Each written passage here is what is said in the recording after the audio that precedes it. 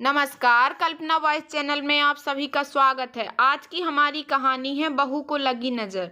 अभी साधना की शादी को कुछ ही हफ्ते हुए थे और उसने पूरे घर को अच्छे से संभाल लिया था। बहू, तू यह बाहर के कमरे और बालकनी का झाड़ू पोछा रहने दे, मैं लगा लूंगी। साधना जैसे ही पूरे घर की साफ सफाई करके बाहर के कमरे में आई, उसकी सास उमा जी ने उसे टोका। अरे मम्मी जी, आप क्यों करेंगी, मैं कर देती हूँ ना। बस यही कमरा और बालकनी तो बचे हैं। आप यहाँ कुछ काम कर रही थी, इसलिए मैंने आपको डिस्टर्ब नहीं किया। साधना बोली, तू अंदर जाके कपड़े धो ले, तब तक मैं यहाँ बाहर का झाड़ू पोछा कर लेती हूँ। उमा जी ने साधना के हाथ से झाड़ू पोछा लेते हुए कहा। कुछ मिनट लगेगा मम्मी जी, फिर कपड़े भी धो लूंगी। लाइए, मैं लगा देती हूँ। साधना ने कहा, नहीं नहीं, मेरी प्यारी बहू को लोगों की नजर लग जाएगी, तू अंदर काम देख ले, उमा ने बड़े प्यार से कहा। साधना की शादी हुए अभी कुछ ही दिन हुए थे। ससुराल में सास ससुर और ननद थे। उसके ससुराल में सब काम हाथ से ही करना होता था, जबकि साधना के मायके में यह सब काम करने के लिए काम वाले थे। फिर भी शादी के अगले दिन से ही साधना ने घर के कामों में सबकी मदद करनी शुरू कर दी थी। लाओ भाभी, बाहर बालकनी में कपड़े सुखा देती हूँ। साधना जैसे ही ढेर सारे कपड़े को धोकर उठी, उसकी ननंद नेहा ने धुले हुए कपड़ों की बाल्टी लेने के लिए हाथ बढ़ाया। अरे दीदी, मैं सुखा दूंगी ना, बस हो ही गया है, आप कुछ और काम कर देख लीजिए। साधना बोली, नहीं भाभी, कपड़े मैं सुखा दूंगी, हमारी प्यारी भाभी को लोगों की नज़र लग जाएगी। आपको कुछ काम करना ही है ना, तो ठीक है, आप बर्तन मांज लीजिए, नेहा ने बड़े प्यार से कहा। अरे दीदी, ऐसे किसी को कोई नजर लगती है क्या? एक एक काम तो पूरा कर लूं, लाइए मैं सुखा देती हूँ। साधना ने आग्रह किया। भाभी, आप नई नहीं हो ना, इसलिए यहाँ के लोगों को नहीं जानती, सब बहुत जलते हैं, कहीं आपको नजर लगा दी तो।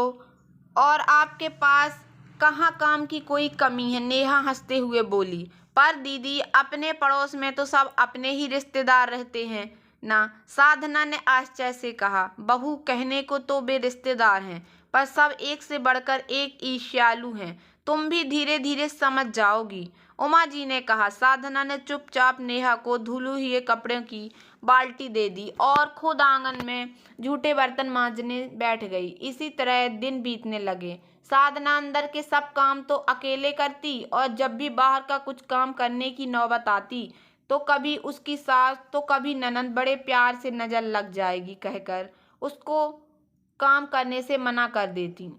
उसने कई बार इसे काम में अपने पति राघव से बात करने की कोशिश की, पर हर बार वो हंसकर टाल देते थे। एक दिन दोपहर में साधना किचन का सारा काम निपटा कर पीछे आंगन में बर्तन मांज रही थी कि उमा ने उसे बुलाया। पड़ोस में रहने वाली कुछ महिलाएं मिलने आई थीं। उसने उनके पैर छुए तो उन्होंने उसे ढेर सारा आशीर्वाद दिया और कहा, बैठो बहू रानी, लगता है तुम आराम कर रही थी और हम आ गए। नहीं चाची जी, मैं तो बस। साधना कुछ कहने गई कि बीच में ही उमा जी ने उसकी बात काटते हुए कहा, हाँ, अब रात को भी तो ठीक से नींद होती नहीं है ना, इसलिए दोपहर में सुला देती हूँ। उमा जी ने हंसते हुए आंख मिचकाई। बहू रानी जी तो तुम्हें अपनी पलकों पर बिठा कर रखती हैं, चाची सास बोली। जी, साधना ने आश्चर्य से अपनी सास की ओर देखा। वह आगे कुछ कहती कि उमा जी बीच में बोल पड़ी, पूरी जिंदगी पड़ी है काम करने के लिए, अभी अभी तो ये आई है, कुछ दिन तो उसे खेलने खाने को मिले। सही कहा उमा, पर आजकल कौन सास अपनी बहू के बारे में इतना सोचती है। धन्य है तू साधना, तू तो बहुत किस्मत वाली है, ताई सास बोली। मैं तो हमेशा ही इसको बोलती हूँ कि यही दिन है आराम करने के, फिर तो एक बार घर गृहस्थी में लग जाएगी तो कहाँ का आराम। अभी तो वैसे भी मेरे साथ नेहा पूरा काम संभाल लेती ही है, उमा जी मुस्कुराते हुए बोली।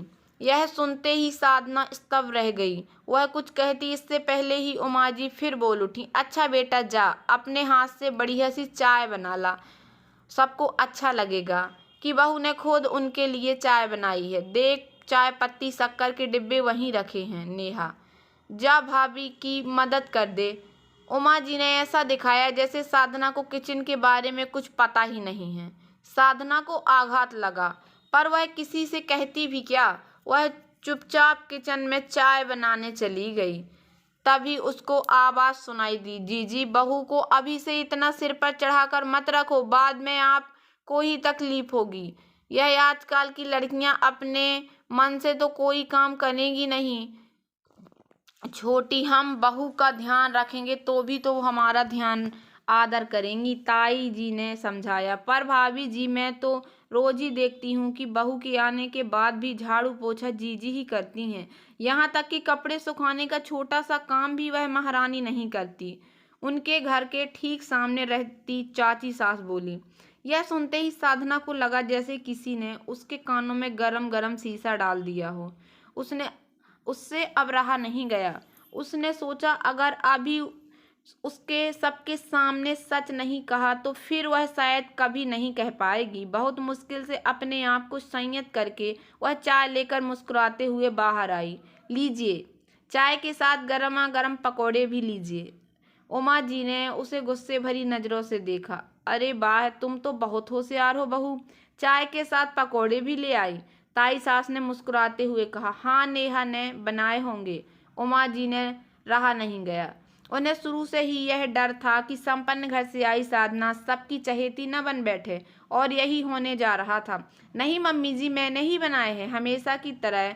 आपको मेरे हाथ के पकौड़े बहुत पसंद है ना? साधना ने अपने शब्दों पर जोर देते हुए कहा।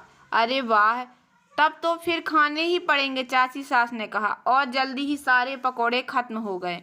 सच में बहुत ही स्वादिष्ट बने थे बहू, तेरे हाथ में तो जादू है, ताई सास ने तारीफ करते हुए कहा। धन्यवाद ताई जी, जब भी आपका मन हो आ जाइएगा, मैं और बना दूंगी, पर आप मुझे नज़र तो मत लगाइए, साधना ने मुस्कुराते हुए कहा। अरे बेटा, अपनों की भी कहीं नज़र लगती है भला, ताई जी ने यथासंभव सामान्य रहते हुए कहा। आप लोगों की लगती है ना ताई जी? क्यों मम्मी जी, मैं ठीक कह रही हूँ ना? साधना ने अर्थपूर्ण नजरों से उमा जी की ओर देखा। उमा, तेरी बहू ये क्या बकवास कर रही है? ताई जी गुस्से से खड़ी हो गईं। क्षमा कीजिए ताई जी, मेरा आशय आप लोगों को दुखी या अपमानित करने का नहीं था, पर जब से मैं शादी होकर आई हूँ तब से यही सुनती आई हूँ कि तू बाहर मत निकल, अंदर के ही काम कर, बाहर रिश्तेदारों की नज़र लग जाएगी। मैं पूरे घर का झाड़ू पोछा, कपड़े बर्तन, खाना बनाना सब काम अकेले ही करती हूँ, बस बाहर आप लोगों के सामने नहीं। अब आप ही बताइए कि मैंने कुछ गलत कहा क्या? सुनकर सभी महिलाएं स्तब्ध रह गईं और उमा जी ने सिर झुका लिया। उमा, मुझे बहुत दुख हुआ कि तुम हम लोगों के बारे में ऐसा सोचती हो। अपने रिश्तेदारों के प्रति बहू के मन में गलत भावना भरोगी तो वह किसी से कैसे संबंध निभा पाएगी? दुखी स्वर में ताई जी ने कहा। देख उमा, मैंने हमेशा तुझे अपनी छोटी बहन माना है, इसलिए तुझे यह सब समझा भी रही हूँ। बहू तो बेटी के समान होती है, उसके साथ शुरू से ही जैसा व्यवहार करोगी वैसा व्यवहार उससे भी पाओगी, ताई जी बोली। मुझे माफ़ कर दीजिए भाभी जी। उमा जी रुआसी हो गईं। माफ़ी तुझे साधना से मांगनी चाहिए, और हाँ, हमें इतना सम्मान देने के लिए धन्यवाद, व्यंग्य से कहते हुए ताई जी एवं सभी महिलाएं चली गईं और उमा जी सिर झुकाए चुपचाप खड़ी रह गईं। उमा जी ने साधना से भी माफ़ी मांगी। बेटा, मुझे माफ़ कर दे, मैंने अच्छा नहीं किया। साधना ने सास को गले लगा लिया, बोली, मम्मी बस अब सारे गिले शिकवे खत्म, अब हम सास बहू नहीं माँ बेटी बनकर रहेंगे।